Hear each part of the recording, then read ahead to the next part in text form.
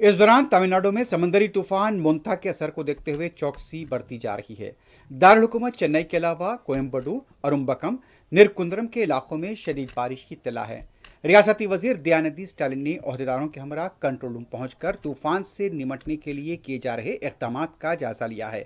चेन्नई के अलावा कई इलाकों में शदीद बारिश हुई है और सड़कों पर पानी का भी बहाव देखा जा रहा है।